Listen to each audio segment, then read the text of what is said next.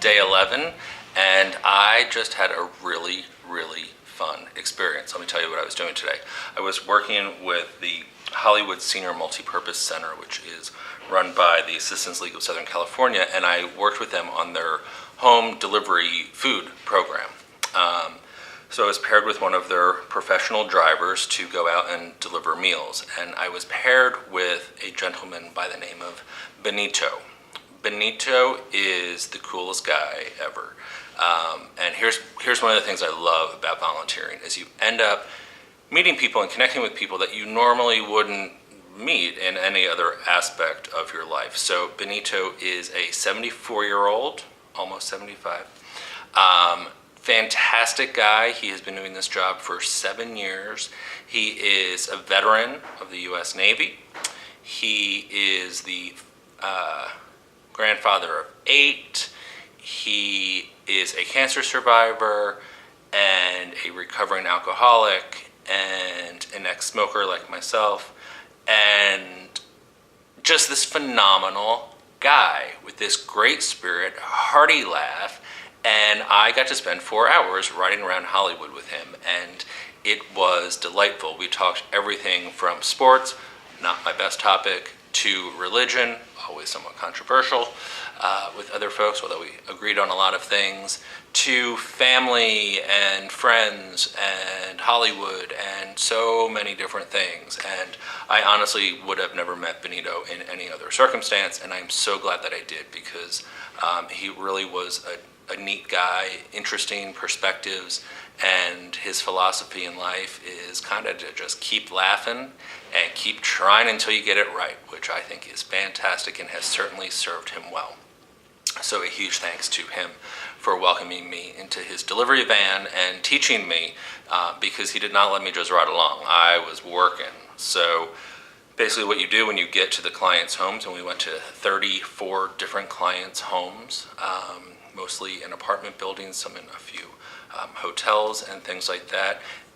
Once you get there, we have a list of what their food is for the day. So some get a frozen meal, which will be used later in towards the weekend.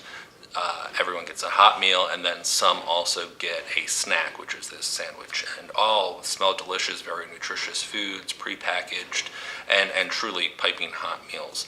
So I would work with him to package them all up and then go into these folks' homes and deliver them. And in some, you just hand it to them, some you leave it on their doorstep, some you're invited in and they want you to put it into their refrigerator or on their stove, all depending on what their needs are, mainly due to health concerns. So I met a variety of people from a variety of ages, and all so gracious, so thankful that they have this service delivered to them at home, and they are asked to make a small donation on a weekly, I think, basis for their food, but if they can't pay for it at all, they will not be denied the service. So it really is life-sustaining, this program, and the folks so appreciate not only the food but also the smile that comes to their door as it's delivered. So